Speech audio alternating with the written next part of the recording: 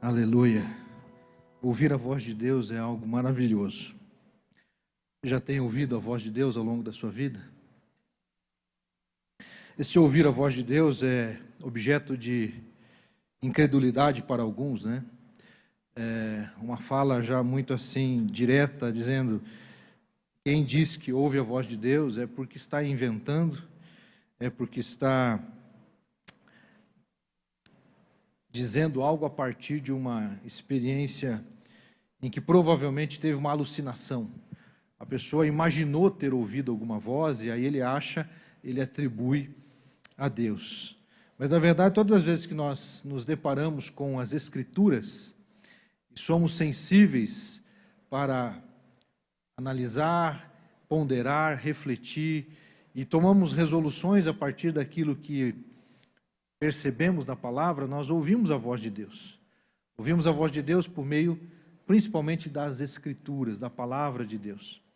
E é claro que não podemos limitá-lo, porque ele também fala de muitas outras formas, de muitas outras maneiras. E eu tive já algumas experiências de frases, de palavras.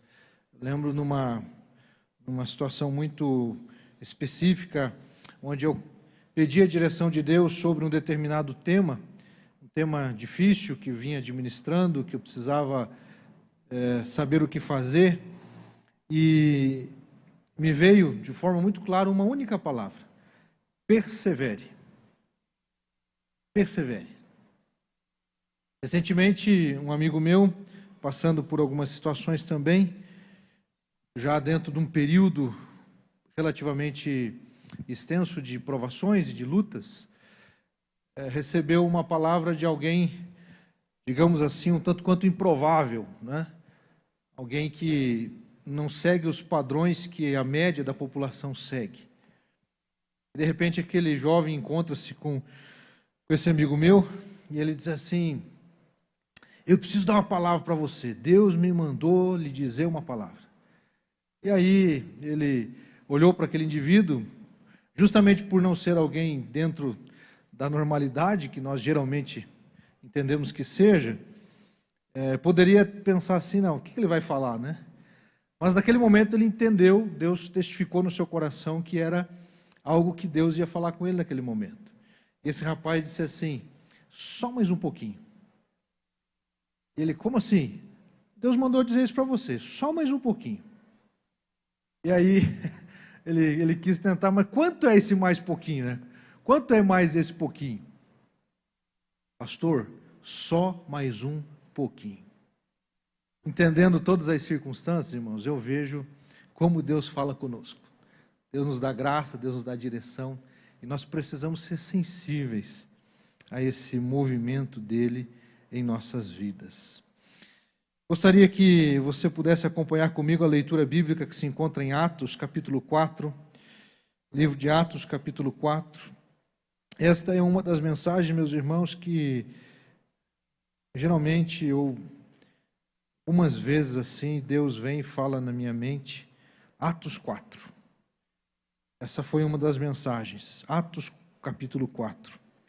Eu fui pensar e meditar, meus irmãos, nesse texto. Preparei, então, algumas reflexões em cima dessa passagem que eu destacarei, capítulo 4, versos de 23 a 35.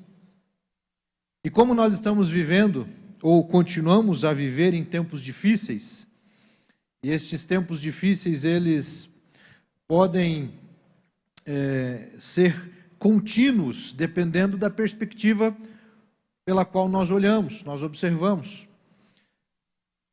Se você fizer uma análise um pouco mais realista da sua trajetória, provavelmente você sempre vai encontrar circunstâncias de lutas, de provações.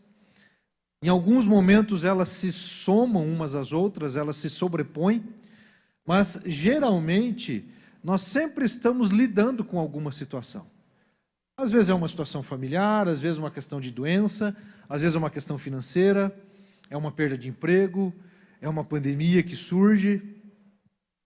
Quando a pandemia começa a diminuir a sua velocidade, perder a sua força, vem uma guerra. Então, nós sempre estamos lidando com situações que exigem de nós algumas posturas. Posturas estas que hoje pela manhã eu quero chamá-las de posturas necessárias e inegociáveis, né? Tempos difíceis exigem posturas necessárias e inegociáveis. Então, nós vamos ponderar aqui, com base nesse texto, em algumas dessas posturas que são necessárias. Se são necessárias, obviamente, são indispensáveis, e também se colocam, eu considero-as como algo inegociável, uma postura que eu não tenho como negociar, não tenho como flexibilizar essas posturas que nós iremos identificar ao longo do texto. Atos capítulo 4, verso 23 em diante, diz assim a palavra do Senhor, leio na Nova Almeida atualizada. Uma vez soltos, Pedro e João procuraram os irmãos e lhes contaram tudo o que os principais sacerdotes e os anciãos lhes tinham falado. Ouvindo isto, unânimes, levantaram a voz a Deus e disseram. Final do verso 24, 2 pontos, né? E aí vem a oração, então, de Pedro e João. E é uma oração interessante, porque diz o texto ali que eles... Ouvindo isto, Pedro, João e os irmãos que lá estavam, verso 24, ouvindo isto, unânimes levantaram a voz a Deus e disseram, Tu, soberano Senhor, fizeste o céu e a terra, o mar e tudo que neles há. Disseste por meio do Espírito Santo, por boca de Davi, nosso pai teu servo. Por que se enfureceram os gentios e os povos imaginaram coisas vãs? Os reis da terra se levantaram e as autoridades se juntaram contra o Senhor e contra o seu ungido. Esta expressão encontra-se no Salmo 2, versos 1 e 2. Então, eles estão citando as Escrituras. Continua a oração no verso 27. Porque, de fato, nesta cidade, Herodes e Pôncio Pilatos, com gentios e gente de Israel, se juntaram contra o teu santo servo Jesus, a quem ungiste, para fazerem tudo o que a tua mão e o teu propósito predeterminaram. Agora, Senhor, olha para as ameaças deles e concede aos teus servos que anunciem a tua palavra com toda a ousadia, enquanto estendes a tua mão para fazer curas, sinais e prodígios por meio do nome do teu santo servo Jesus. Tendo eles orado, tremeu o lugar onde estavam reunidos. Todos ficaram cheios do Espírito Santo e com ousadia anunciavam a palavra de Deus. Da multidão dos que creram era um o coração e a alma. Ninguém considerava exclusivamente sua nenhuma das coisas que possuía. Tudo, porém, lhes era comum. Com grande poder, os apóstolos davam testemunha da ressurreição do Senhor Jesus, e em todos eles havia abundante graça. Não havia nenhum necessitado entre eles, porque os que possuíam terras ou casas, vendendo-as, traziam os valores correspondentes e os depositavam aos pés dos apóstolos. Então se distribuía a cada um conforme a sua necessidade. Que Deus possa abençoar a leitura da sua palavra e aplique aos nossos corações. Amado Deus e Pai, essa porção das Escrituras é conhecida por muitos de nós, alguns com maior profundidade, outros apenas, ó Deus, como registro de memória. Peço que, nesse tempo, o Teu Santo Espírito possa fazer, ó Deus, ser destacado, ser exaltado, ó Deus, ensinamentos, instruções, ó Pai, específicas para este tempo que nós vivemos. Vivemos tempos difíceis.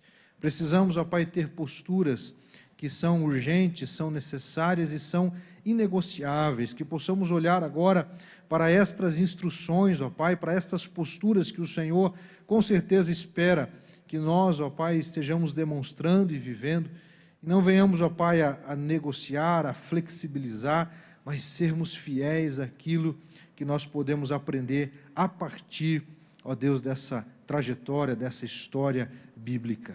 Conduza-nos, Senhor, nós te pedimos em nome do Senhor Jesus. Amém. Tempos difíceis exigem posturas inegociáveis. A primeira delas, demonstrar gratidão. Eu poderia acrescentar, demonstrar gratidão sempre, porque é isso que a Bíblia também nos diz, nos relatos, que em tudo devemos dar graças, o apóstolo Paulo escrevendo aos Tessalonicenses. É importante considerarmos aqui no verso 23, que ele começa dizendo assim: uma vez soltos, ou seja, eles estavam anteriormente dentro de uma situação desfavorável, dentro de uma situação imprevisível, porque eles estavam debaixo das autoridades. Essas autoridades poderiam mandar que eles fossem açoitados, que eles fossem encarcerados, que eles fossem decapitados, ou quisesse o que for. Então havia uma imprevisibilidade, havia uma situação que eles não sabiam o que ocorreria, o que aconteceria. Da mesma forma que nós estamos lidando com estas imprevisibilidades ao longo destes últimos meses, ao longo destes últimos anos, e para cada tempo das nossas vidas surgem situações que nos colocam diante daquilo que é imprevisível. Eu não sei o que vai acontecer. E nós podemos até conjecturar, se acontecer dentro do plano A, vai ser tal desdobramento. Se acontecer dentro do plano B, vai ser esse outro desdobramento. E, amados, nós precisamos entender, queridos, que por mais que seja uma coisa natural, ponderarmos, planejarmos, tentarmos vislumbrar aquilo que está para acontecer, nós não somos adivinhos, nós não podemos percorrer caminhos que nos são desconhecidos, mas nós precisamos trilhar por aqueles que nos são conhecidos. E dentre eles, nós sabemos que Deus não falha, nós sabemos que Deus é soberano. Então, por mais que eu não saiba como se darão os fatos, quais serão os processos, os elementos, eu creio que Deus está no controle. Ele está no controle.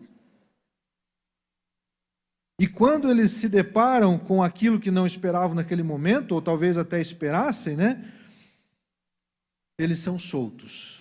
E vejo que eles foram presos por causa de um milagre. Daquele homem que estava assentado à porta formosa, pedindo esmolas. E Pedro chega para ele com ousadia. Por isso é importante a gente lembrar disso, porque daqui a pouco a gente vai ver ele orando, pedindo mais ousadia. Ele com ousadia fala: eu não tenho ouro nem prata, mas aquilo que eu tenho eu te dou. Em nome de Jesus Cristo de Nazaré, levanta e anda. Meus irmãos, isso é ousadia. É agir, é gerar decisões no Espírito. É andar no Espírito e não na carne. Quando a gente anda na carne, a gente fica inseguro, temeroso, adoece, e adoece pessoas que estão perto de nós, porque a gente contamina os outros com a nossa incredulidade. Então nós precisamos depender de Deus e confiar que Ele está nos conduzindo em todo o tempo. E a gratidão é a expressão de um coração crédulo, de um coração que crê, de um coração que confia, de um coração que descansa em Deus. Eu agradeço por tudo aquilo que vivi, por aquilo que estou vivendo, agradeço inclusive pelas provas, pelas dificuldades, porque assim também tenho a oportunidade de ser fortalecido na fé. Segundo lugar, meus irmãos, a segunda postura inegociável, além de demonstrar gratidão, eu preciso reconhecer a soberania de Deus.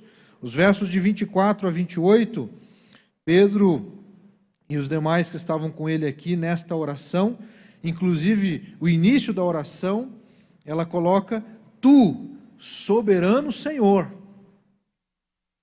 Veja, duas palavras fortes, duas palavras carregadas de significados, duas palavras carregadas de conceitos profundamente necessários para a nossa compreensão teológica. Deus é soberano. A palavra soberania, meus irmãos, significa aquele que exerce o domínio sobre tudo e sobre todos. É soberano. Muitos imperadores do passado e do presente, que talvez não tenham o termo de imperador, mas que agem como se fossem,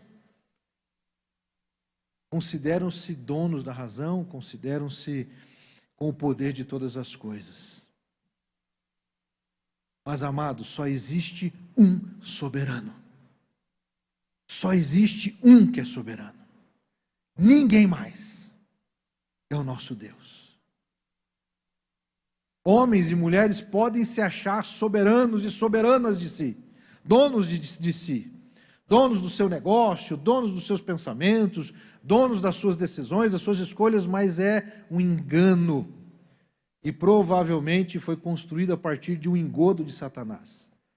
A partir de um engano, de uma falácia, de uma mentira que foi plantada, que foi semeada e que nós cultivamos e germinamos. Só existe um que é soberano. Segunda palavra, a palavra Kyrios, do grego, Senhor. É uma palavra, meus irmãos, que também, quando está combinada com soberano Senhor, está dizendo que só existe um que é soberano e só existe um que manda. Ele é o Senhor absoluto. Ele é Senhor. Tu, soberano Senhor, fizeste o céu e a terra, o mar e tudo que neles há. Dissestes por meio do Espírito Santo, por boca de Davi, nosso pai e teu servo, porque se enfureceram os gentios e os povos imaginaram coisas vãs, os reis da terra se levantaram e as autoridades se juntaram contra o Senhor e contra o seu ungido. Ele está fazendo aqui, meus irmãos, uma conexão com o registro das Escrituras, que se encontra lá no Salmo 2, versos 1 e 2. E ele está dizendo, aquela palavra dita por meio da boca do teu servo Davi se cumpriu, porque o Senhor é soberano e é Senhor. Aquilo que Deus faz, meus irmãos, Ele cumpre. Deus não volta atrás, Ele não muda. Existem algumas expressões que geram na cabeça de alguns algumas dúvidas. Algumas expressões bíblicas em que a Bíblia diz, por exemplo, que Deus se arrependeu de ter feito alguma coisa. Ou então que Deus desistiu. São linguagens, meus irmãos, colocadas de uma maneira para que a gente possa entender. Mas não está dizendo que Deus errou. A Bíblia ali não está colocando que Deus ele fez alguma coisa errada e agora se arrependeu de ter feito aquilo. Porque Deus não erra. O que o texto está dizendo é que, a partir das escolhas do ser humano, a expressão lá do hebraico é de tristeza. Deus se entristeceu por aquele fato ter acontecido. Porque Ele tinha outro propósito, Ele tinha outro plano. E a Bíblia vai nos dizer, na verdade, que Deus não se alegra com a injustiça, Deus não se alegra com as lutas, com as dores que nós sofremos. Ele se entristece porque nós acabamos, em grande parte, sofrendo por causa dos nossos erros e das nossas escolhas equivocadas. Reconhecer a soberania de Deus em tempos de guerra, reconhecer a soberania de Deus em tempos de pandemia, reconhecer a soberania de Deus em tempos de lutos, de lutas, de provas, de dificuldades, reconhecer a soberania de Deus e nela descansar. Essa é a ideia do Salmo 91. Deus é aquele que habita, né? E o texto vai dizer lá, aquele que habita no esconderijo do Altíssimo, à sombra do Onipotente. Aquele que pode todas as coisas, aquele que habita na sombra do Onipotente vai fazer o quê? Descansar, meus irmãos. São tempos de guerra, mas à sombra do Onipotente nós descansamos. Nós descansamos no Senhor, porque Ele é soberano, porque Ele cuida de nós, e que mesmo que chegue até a porta da nossa casa uma enfermidade, a porta da nossa casa uma luta, e mesmo que tenha sido uma luta gerada por um luto, o Senhor é soberano Senhor, e eu descanso nele. Poderíamos ainda acrescentar, meus irmãos, pelo menos um rápido destaque aqui, verso 28. Para fazerem tudo que a tua mão e o teu propósito predeterminaram. Mais uma vez aqui eles estão dizendo do soberano Senhor. Situações que foram previstas, que foram programadas. Mas como assim? Como é que é essa programação? É uma programação em que Deus Ele determina o mal, Ele faz com que as calamidades aconteçam. Irmãos, nós precisamos entender que existem processos que Deus criou, Ele estabeleceu, e debaixo destes elementos, Ele concede aos seres humanos aquilo que nós chamamos de livre-arbítrio. Escolhermos o que fazer debaixo dessa dimensão a qual nós vivemos aqui na Terra. Então eu posso fazer escolhas ao longo da minha vida. Eu escolho com quem caminhar, com quem não caminhar. Eu escolho aonde entrar, onde não entrar. Eu escolho o que ler, o que não ler. Eu escolho orar ou não orar. Eu escolho crer ou não crer. Particularmente, isso para mim é evidente. Mas isso, meus queridos, não coloca ou não esvazia o fato de que sim, Deus está no controle de todas as coisas. Alguém precisava trair a Jesus. Alguém precisava ser o traidor. Deus olhou para o coração daqueles homens. E Ele encontrou no coração de Judas os elementos necessários para cumprir a profecia. Percebe a diferença? A diferença não é que Deus mudou a natureza de Judas e fez com que Judas fosse um traidor. Deus observou que em Judas havia o potencial da malignidade e simplesmente permitiu que nele se cumprissem as Escrituras.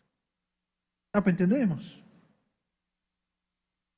Isso é soberania de Deus, respeitando aquilo que Ele mesmo fez, o livre-arbítrio ao ser humano. Terceiro lugar, queridos, nós precisamos, além de demonstrar gratidão, reconhecer a soberania de Deus, precisamos buscar capacitação nele. Precisamos buscar capacitação em Deus. Isso é algo de caráter inegociável. O problema é que a gente quer lidar com tempos de guerra, a gente quer lidar com pandemias, a gente quer lidar com uma série de coisas difíceis que estão ao nosso redor, na força do meu próprio eu, do meu ego, do indivíduo. O texto de Jeremias, do profeta, vai dizer que maldito é o homem que confia no homem e que faz do seu braço a sua carne, a sua vitória. Ele não está dizendo que é errado confiar em pessoas. É uma interpretação errônea usar esse texto para dizer isso. O que ele está dizendo é que maldito é o homem que confia em si mesmo ou que confia no outro em vez de confiar em Deus. Esse é o ponto. Eu preciso confiar na minha esposa, eu preciso confiar no meu filho, eu preciso confiar na minha filha, porque senão, meus irmãos, nós tornamos os nossos relacionamentos impossíveis. Porque é algo muito difícil você conviver com pessoas que você não confia, não é verdade? Como é que você vai abrir o coração? Como é que você vai conversar com as pessoas? Nós temos que confiar. Ah, mas eu confiei e fui traído. Daí, lide com o fato. Aprenda com a circunstância, aprenda com a situação. Busque mais discernimento. Muitas vezes, meus irmãos, nós também confiamos de um modo inadvertidamente, sem perceber que aquela pessoa está com outras intenções. Então precisamos buscar maior entendimento, maior discernimento, e pode ser, meus irmãos, que as pessoas realmente falhem. Sabe por quê? Porque nós somos falhos. Pode ser que eu fale com você algum dia, sabe por quê? Porque eu sou ser humano igual a você, meu querido. Eu espero em Deus que você tenha misericórdia e me perdoe. Amados, nós precisamos, neste sentido, Deus jamais nos decepcionará, mas o ser humano, muitas vezes será uma questão de tempo. Precisamos descansar no Senhor, buscar capacitação em Deus. Olha só, versos 29 e 30, a oração dele diz assim: agora, Senhor, olha para as ameaças deles e concede aos teus servos que anunciem a tua palavra com toda a ousadia. Me chama a atenção, irmãos, que ele não está orando, pedindo para Deus impedir aquela autoridade. Senhor, vai lá e frustra, vai lá e manda um raio e fulmina. Não é isso, meus irmãos, que a gente tem vontade de fazer? Deus, vai lá naquela Câmara dos Deputados, vai lá, faz um negócio lá, Senhor. Faz um vento lá, né? Faz um redemoinho em cima de Brasília. Não, misericórdia, mas nunca tive vontade de fazer isso, não. Mas eu sei que alguns têm. Amados, ele não pede contra os inimigos. Agora, ele pede, pelo que ele pede? Por capacitação para si. Concede, olha só, aos teus servos que anunciem a palavra com toda a ousadia. Veja que ele vem dentro de um processo de ousadia. E ele está dizendo, Senhor, concede-nos mais ousadia, para que estejamos pregando a tua palavra, sem arredar o pé. Verso 30. Enquanto estendes a tua mão para fazer curas, sinais e prodígios por meio do nome do teu santo servo Jesus. Ele pede capacitação que vem do alto, a capacitação de Deus para agir com sabedoria, com discernimento, com ousadia, para falar com ousadia, para anunciar a palavra com ousadia, capacidade para ser um arauto de Deus, um homem de Deus, uma mulher de Deus, um profeta, uma profeta, um servo, uma serva de Deus.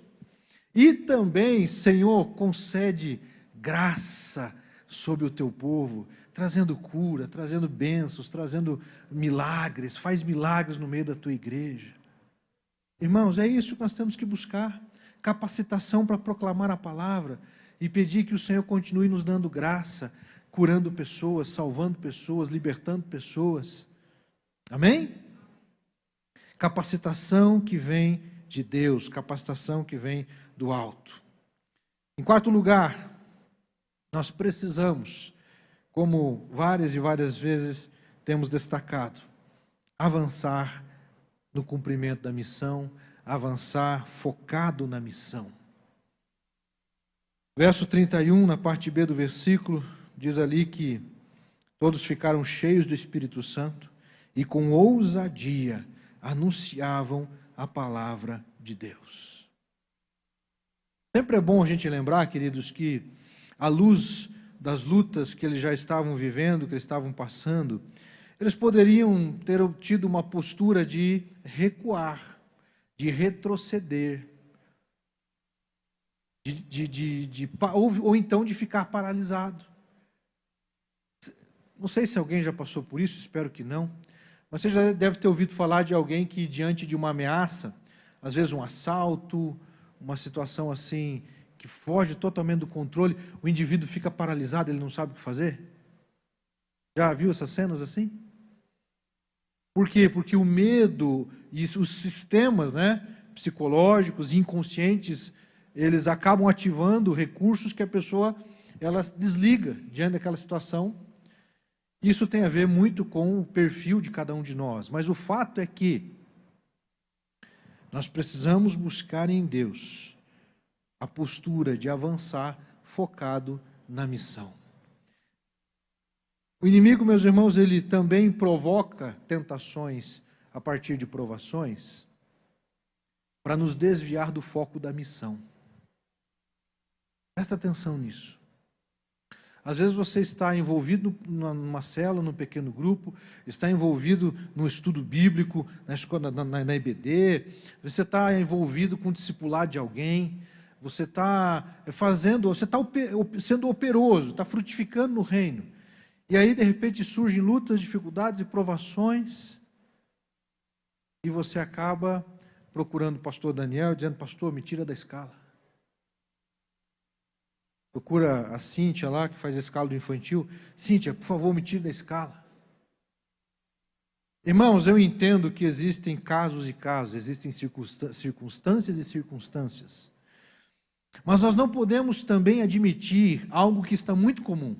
Diante de qualquer circunstância diferente, não é nem adversa, se eu tiver que escolher alguma coisa, eu escolho não servir, porque é mais fácil. Então nós precisamos tomar muito cuidado com isso, porque é também uma estratégia do inimigo colocar os cristãos, os homens e as mulheres de Deus, numa posição de não frutificar, de ficarmos estagnados. Nós precisamos nos posicionar em oração, precisamos buscar ao Senhor para avançarmos na missão. E como é que a gente avança na missão, irmãos? Como é que a gente avança com ousadia anunciando a palavra de Deus? O que diz ali o final, a parte B do versículo 31? Todos ficaram cheios do Espírito Santo. Esse é o ponto. Você ficará focado na missão se você estiver buscando a dependência do Espírito Santo. Você estará focado na missão se nós estivermos debaixo da direção de Deus. E aí, meus queridos, podem surgir lutas, podem surgir dificuldades, podem surgir barreiras. Pode o governo mandar fechar a porta, a igreja não para. A gente avança, de um jeito ou de outro nós vamos fazer a obra, de um jeito ou de outro a gente vai se adaptar. E todas as vezes que governos, circunstâncias e processos tentaram impedir o avanço do Evangelho, sabe o que aconteceu com o Evangelho? Cresceu ainda mais. Meus irmãos, o Evangelho proporcionalmente cresce, a taxa de crescimento de conversões proporcionalmente é muito maior nos países onde a pregação é proibida do que nos países onde a pregação é permitida. É impressionante isso. É impressionante. É impressionante, meus irmãos, o que Deus está fazendo em Cuba. Ao longo dessas últimas décadas, décadas de repressão, de proibição de culto, uma série de coisas, os cubanos, meus irmãos, eles se despertaram para a fé. Igrejas se multiplicaram em Cuba. Na China, meus irmãos, na Coreia do Norte, o Evangelho está avançando. Essa semana recebi uma notícia, um missionário entrou em contato comigo, ele deseja conhecer a igreja e a gente orar por ele, quem sabe fazer alguma parceria. Ele está indo, meus irmãos, para trabalhar justamente ali nos lugares mais fechados. Já esteve lá, voltou por uma questão pessoal, e nesse período em que eles retornaram aconteceu a pandemia, então não conseguiram voltar para lá. Mas ele me procurou dizendo, pastor, dia tal, daqui a alguns dias, estão retornando para lá. Tem 2 filhos, irmãos, um de 8 e um de 10 anos. O que é mais confortável, meus irmãos, para um brasileiro que tem um filho de 8 e um de 9 anos, de 10 anos, no meio de uma crise global, no meio de guerra, no meio de pandemia? O que era o melhor para ele fazer? O que seria mais cômodo para ele fazer? Ficar no Brasil, ficar no meio da família dele, com a mãe dele, com o pai dele, enfim. Por que, meus irmãos, ele está indo para lá no meio do fogo cruzado? Irmãos, nenhum dos nossos missionários da Junta de Missões Mundiais saiu da Ucrânia, estão lá. Por quê? Senso de missão, focado na missão. Eu existo para a glória de Deus, para levar e anunciar o Evangelho aonde as pessoas mais necessitam. Para fecharmos, meus irmãos, além da postura de demonstrar gratidão, reconhecer a soberania de Deus, buscar capacitação que vem do alto, que vem de Deus, além de avançar focado na missão, em quinto, fortalecer a fé em torno da unidade. Fortalecer a fé em torno da unidade. Os versos de 32 a 35 são daqueles versos, um dia eu ainda quero fazer um quadro para colocar na minha sala. Da multidão dos que creram, era um o coração e a alma. Ninguém considerava exclusivamente sua nenhuma das coisas que possuía. Tudo, porém, lhes era comum. Com grande poder, os apóstolos davam testemunho da ressurreição de Jesus. E em todos eles havia abundante graça, presença de Deus, fluir da ação do Espírito de Deus. Não havia nenhum necessitado entre eles, porque os que possuíam terras ou casas, vendendo-as, traziam os valores correspondentes e os depositavam aos pés dos apóstolos. Então se distribuía cada um conforme a sua necessidade. Como é importante, meus irmãos, em tempos difíceis, em tempos de guerra, em tempos de pandemia, fortalecermos a fé em torno da unidade, em torno da comunhão, em torno da bênção de sermos um em Cristo. Elementos estes, queridos, que a Bíblia nos apresenta aqui, de tal forma que nós sejamos pessoas que se movem com um coração e alma. Ninguém considerava exclusivamente sua nenhuma das coisas que possuía. Amados, Deus nos permite acessar algumas bênçãos aqui na terra, mas nós precisamos entender, queridos, que nós não somos depositários. Está certo essa palavra? Sim ou não? Nós não somos depositários, não somos pessoas que vão receber algo para guardar, mas para administrar, repartir. É assim que Deus faz. Amados, tem pessoas que ficam acumulando bens na terra, patrimônio em cima de patrimônio. E é importante tomarmos cuidado com algumas coisas, amados. Hoje em dia, eu pretendo fechar em 5 minutos. Hoje em dia, queridos, nós temos uma ênfase dentro de uma perspectiva com prudência e sabedoria correta. Precisamos ter uma administração pessoal que esteja prevendo alguns elementos como questão de saúde, recursos para um tempo difícil. Precisamos ter provisionamentos. Mas os provisionamentos não podem se transformar em tesouros inacessáveis, que não são acessíveis. Inacessíveis. São tesouros que são recursos que precisam ser usados quando necessário. E nós estamos vivendo um tempo em que está sendo necessário usar algumas provisões para atender as pessoas, para atender as necessidades e circunstâncias. E eu percebo, meus irmãos, inclusive, uma mentalidade no meio evangélico de, ainda que não se aceite, de controle de posses. Eu preciso cuidar da minha previdência, da minha aposentadoria. Precisamos sim, mas não podemos exagerar a mão nesse negócio. Amados, até alguns anos atrás não existia aposentadoria. Eu ainda vou fazer essa pesquisa, talvez o Antônio e a Clarice possam me ajudar aí. Fazer essa pesquisa. Irmãos, quando é que começa esse processo de governo fornecer aposentadoria para as pessoas? Não é difícil descobrir, é só fazer uma pesquisa histórica aí. Antes disso, irmãos, não tinha esse negócio. E de acordo com alguns economistas, não vou entrar no mérito agora, você não fique se fiando no INSS para viver bem no futuro, meus irmãos. Nós precisamos, acima de tudo, depender de Deus. Como é que as pessoas faziam antes dos planos de previdência do governo, previdência social? Como é que era feito antes? É claro que alguns também acumulavam patrimônio, mas a maioria das pessoas, meus irmãos, não acumulava patrimônio, sempre foi assim ao longo da história. E como é que essas pessoas viveram na sua velhice?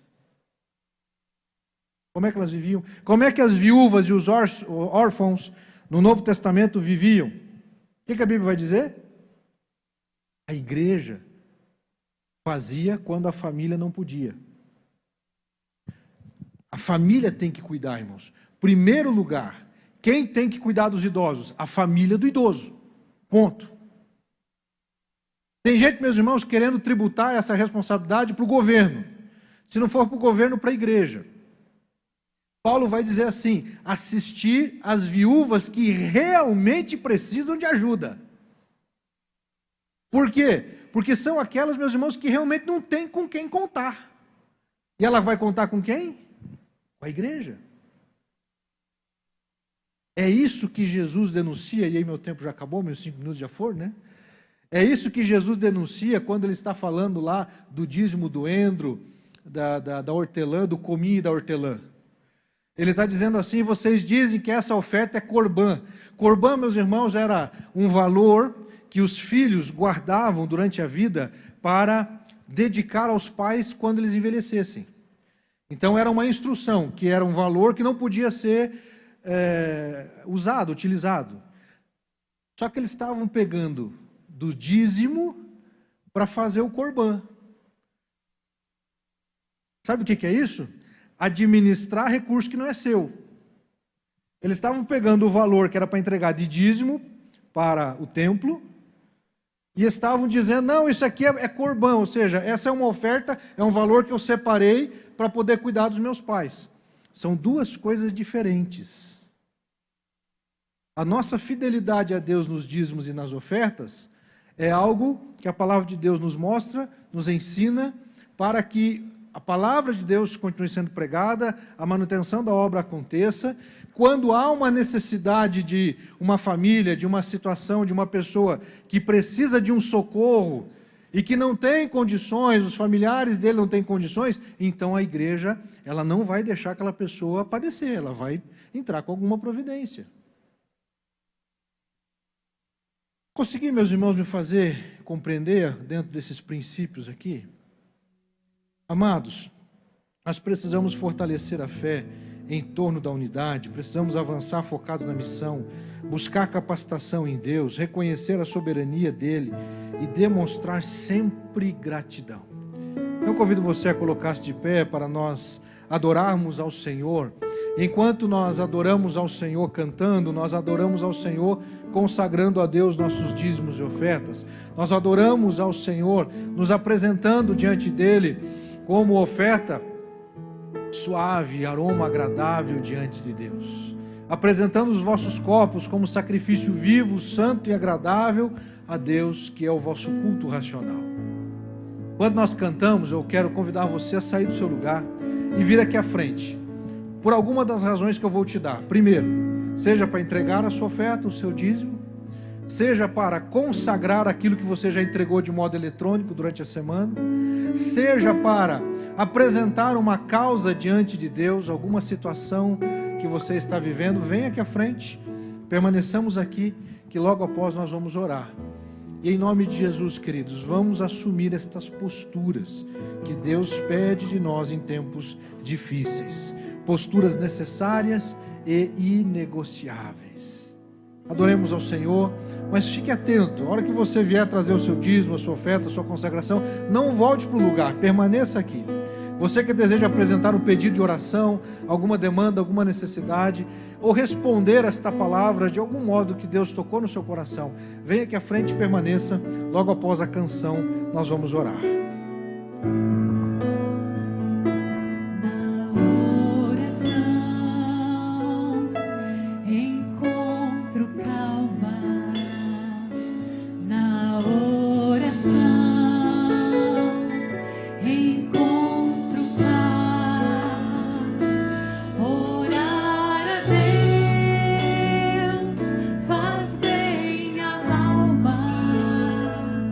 Falar com Deus.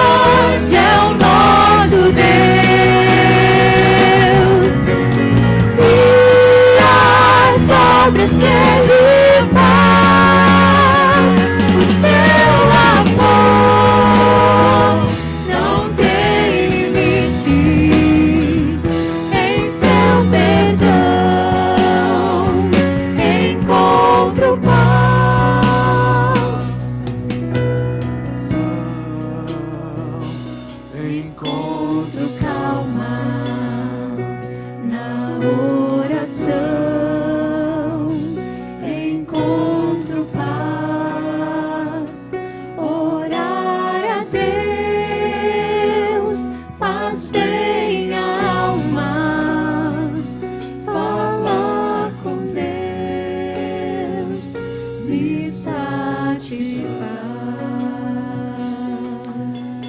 Nessa manhã você possa assumir o compromisso de desenvolver a postura de sempre demonstrar gratidão, reconhecer a soberania de Deus, buscar capacitação nele, avançar na missão e fortalecer a fé em torno da unidade. Convido os amados a colocar-se mais à frente aqui. Você, meu querido, minha querida, que está com o coração inquieto, coração cheio de perguntas e de algumas incertezas, e essas incertezas possivelmente estejam exaurindo você, estejam enfraquecendo você, vem aqui à frente. Vamos orar diante do Senhor, vamos nos colocar diante do Senhor, reconhecer que nós precisamos dEle.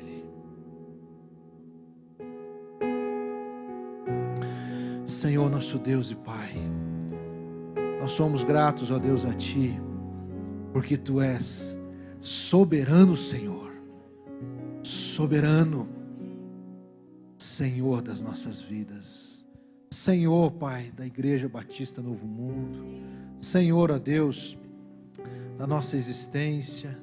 Colocamos, ó Pai, todos nas Tuas mãos e agora, Deus, nós queremos agradecer a Ti, consagrar a Ti pelos dízimos e pelas ofertas dedicados, ó Pai, ofertas para missões. Estamos na campanha de missões mundiais.